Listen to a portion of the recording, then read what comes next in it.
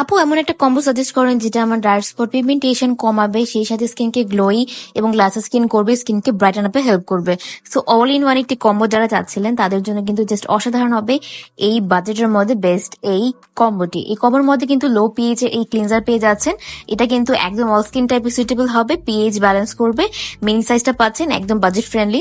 এর পরবর্তী কিন্তু আমাদের মোস্ট যেটা একদম পপুলার ক্যাপসুল অ্যাম্পিউল, এটা কিন্তু আপনার ডার্ক স্পট পিগমেন্টেশন কমিয়ে স্কিনকে ব্রাইটেন আপে অনেক বেশি হেল্প করে। এটা ব্যবহার স্কিন কিন্তু খুবই গ্লাসি হয়। স্কিনে গ্লাসি স্কিন অ্যাচিভ করার জন্য কিন্তু বেশি কিছু করতে হয় না, আপনার বেসিকটা অবশ্যই মেনটেন করতে হবে।